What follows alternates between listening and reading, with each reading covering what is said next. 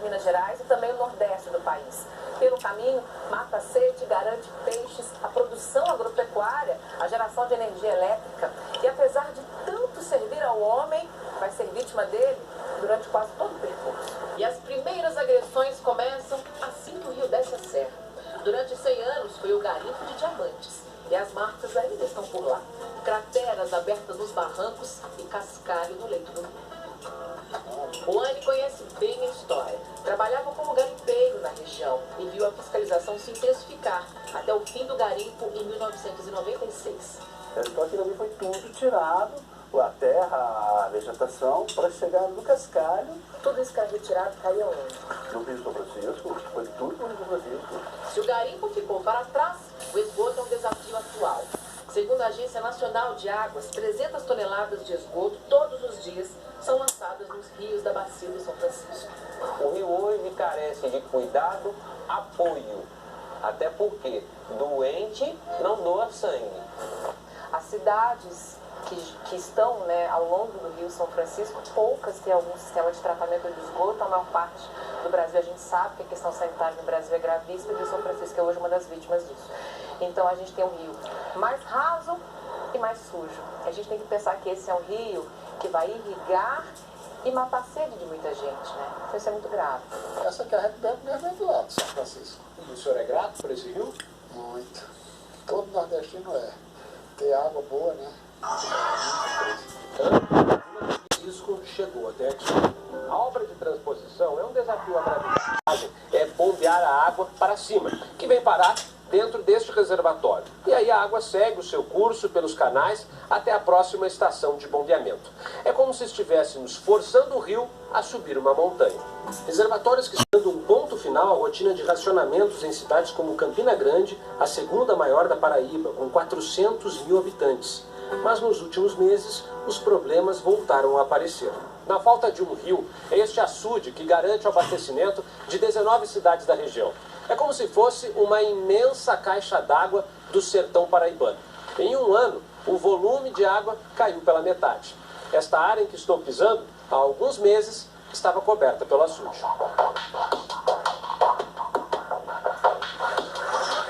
Mesmo sem uma gota de água sequer, este é considerado o maior rio da Paraíba. Logo que começou a transposição do São Francisco, este rio encheu, virou até ponto turístico, mas a alegria durou pouco. Aqui era água demais, era uma coisa bonita. Aqui tu passava 2 metros, aqui estava molhando os pés da gente. Agora, existe uma promessa de que isso, no ano de 2020, se resolva. É claro que a gente não sabe se não vão ter novas interrupções, porque se o sistema falha, se acontece algum problema, tu corta a água para tentar resolver o problema. E essa nos parece que vai ser uma dinâmica que ainda vai persistir por um tempo ali naquela região.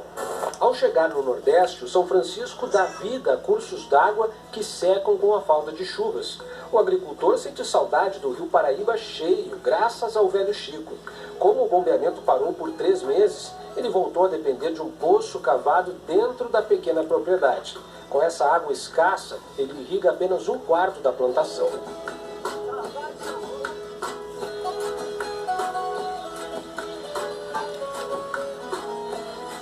Essas aqui são mangueiras que essa família de agricultores comprou para conseguir tirar a água do rio, quando o rio estava cheio, né? Olha aqui, ó. Agora não serve mais para nada, porque o rio secou. E foi um investimento, né? Quanto que o senhor pagou mais ou menos por essas mangueiras? Essas mangueiras eu estou pensando que eu devo ter investido uns 5 ou 6 mil reais.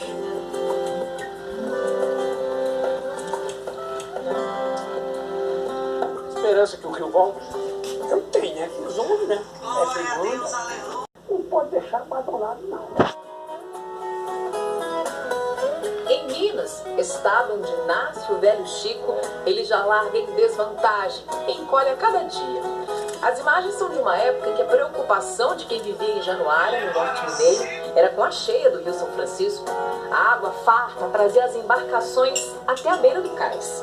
Essa é a rampa principal, aqui ancoravam os barcos maiores, inclusive os vapores na época de ouro da navegação aqui no Rio. Hoje, para alcançar a margem, é preciso caminhar bastante. Onde deveria ter água, agora tem mato. Segundo os moradores, há 4 anos a água não chega perto da cidade. E por aqui ninguém espera mais ver a cena. Até barracos foram erguidos no espaço que era do rio. O leito recuou 100 metros durante a seca este ano, transformando os bancos de areia em ilhas. Isso é a redução do volume de água e o assoreamento do rio, né? Desmatamento. O Rio São Francisco atravessa 5 estados, abriga 505 cidades em sua bacia. Durante muito tempo foi a principal ligação entre o Nordeste e o Sudeste do país. Quando ainda não havia rodovias, era pelas águas que se escoava a produção. No trecho navegável entre Pirapora e Juazeiro, no século passado, reinavam os vapores, enormes barcos movidos a lenha. E alimentar essa fornalha aqui gasta muita madeira. Uma viagem de 3 horas só consome tudo isso aqui. Imagina no passado, quando a viagem de ida e volta até Juazeiro levava 3 semanas. Por ironia, o combustível que alimentava os vapores provocou também o assoreamento do rio. Era mais próximo às margens do Rio São Francisco, que era retirada essa madeira para vender no vapor. Naquela época tinha muita mata nativa mesmo, e o pessoal sobrevivia, tirava para sobreviver. A retirada da mata ciliar contribuiu para a erosão das margens e, consequentemente, para o acúmulo de sedimentos no leito, que ficou sem calha para a navegação.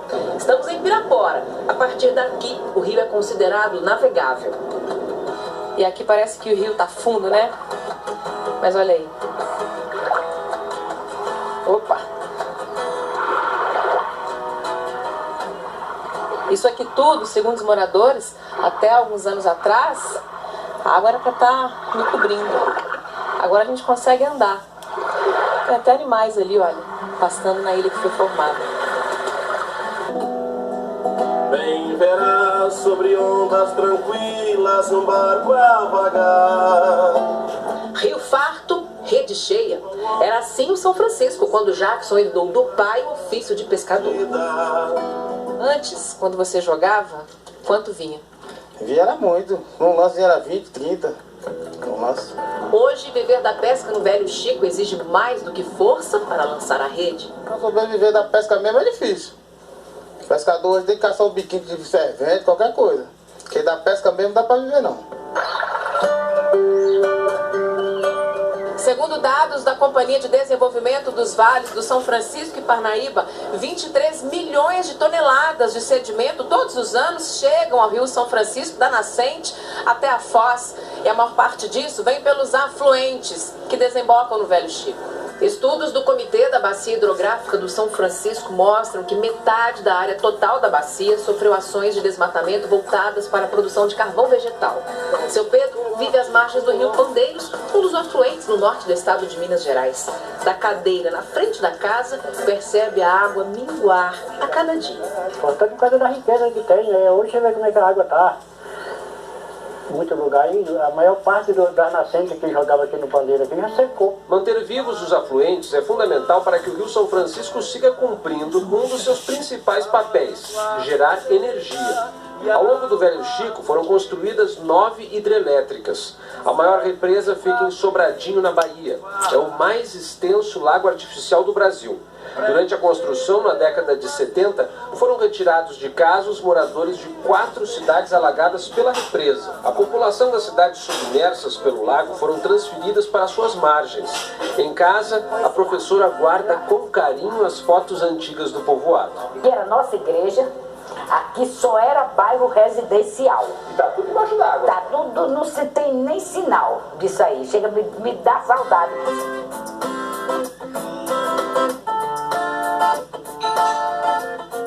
O represamento da água, apesar de fundamental para a geração de energia elétrica, provoca impactos. Entre eles, a redução no número de peixes e na quantidade de água disponível ao longo do rio. No norte de Minas, basta seguir o traçado da água para ver as enormes ilhas de areia que aparecem no meio do São Francisco. É o sinal da seca no sertão mineiro. Menos água no rio, pouca ou nenhuma água nas lagoas marginais, que funcionam como berçários para os peixes. Parece um imenso descampado, não é mesmo? Mas não é bem assim não. Até onde os olhos conseguem alcançar, de área alagada. E aqui embaixo, dezenas de espécies de peixes. Estamos no chamado Pantanal Mineiro, formado pelo encontro do rio Pandeiros com São Francisco. Desde 1995, a região é protegida por uma unidade de conservação do Instituto Estadual de Florestas. A gente está em um setor restrito aqui dentro da área de proteção ambiental. Para chegar até aqui tem que ter autorização. Isso tem um motivo. Esse encontro do rio Pandeiros com o Cerrado cria um ambiente único, fundamental para a vida no Rio São Francisco. Estima-se que pelo menos 25% das espécies de peixes encontradas entre a represa de Três Marias e a represa de Sobradinho, ou seja, entre Minas e Bahia, nasçam aqui. A cheia do São Francisco traz os peixes. No pântano eles se reproduzem e depois voltam para o rio com a próxima cheia ou são levados pelas águas do afluente. Para que essa área aqui funcione bem, é preciso que o rio Pandeiros forneça água em abundância e que o rio São Francisco, nas cheias, alcance esse ponto, o que não tem acontecido. Verdade, não tem acontecido com a frequência que deveria, né? A última vez que houve uma cheia que chegou no São Francisco, chegou no Pandeiros foi em 2016. Hoje acredita-se que a gente tem aqui menos de 1/3 do volume para o período de seca. Isso é muito grave, né? Porque é resultado das degradações que acontecem na cabeceira. Plantar nas terras áridas do Nordeste é difícil, mas perfeitamente possível. Aqui, sol tem de sobra, mas é preciso mais. A água do rio para suprir a falta da chuva. A tecnologia para trazer esta água até aqui. E pessoas com conhecimento para tornar eficiente todo esse trabalho. Assim é possível substituir a vegetação escura da caatinga com suas árvores secas por um verde vivo, que gera empregos e alimento. O som parece de chuva, mas são gotas que caem nos pés de uva. Na irrigação por gotejamento, o desperdício é mínimo. Aqui a água do rio que chega pela mangueira vai direto para a raiz da planta. Para fazer hoje um cultivo como esse, carece de um conhecimento bem profundo, principalmente no tocante à irrigação. Sim, e não pode desperdiçar nada, né? Não, a gente sabe que a gente tem um rio que é muito importante para a gente, mas não é eterno. No Nordeste, o aproveitamento das suas águas para irrigação tornou a região de Petrolina e Juazeiro o maior polo exportador de frutas do Brasil. A fruticultura irrigada deve bater recorde este ano, movimentando R$1 bilhão. Essa manga, o que eu produzo anualmente, ela 50%, 60% ela é exportada. Cada produtor que usa o São Francisco para irrigação paga taxas pela conservação do rio. Como nós podemos tratar a água do rio de tal forma que ela seja sustentável para o empreendimento? É usando tecnologia eficiente, fazendo que chegue à planta exatamente o que ela necessita. Como o sol é muito forte aqui no semiárido, alguns produtores aplicam em parte do pomar este pó branco feito à base de cal, que funciona como se fosse um protetor solar para evitar queimaduras na fruta. Mas não se preocupe, que sai com facilidade. Eu vou botar uma água nele aqui e esfregar e já começa a aparecer a cor original. E não tem qualquer risco para o consumo. A família da Lucy Cleide, que morava no sertão, largou tudo em busca de emprego em Petrolina. E deu certo. Eu trabalho na uva, meu irmão é tratorista, meu marido também é tratorista. Meu irmão é operador de máquina e meu pai é borracheiro. A mesma água que deixa verde o sertão gera raia próspera por natureza. Minha alegria é chegar em Januária. Estamos em Januária, no norte de Minas Gerais, também conhecida como Terra da Cachaça. O segredo, garante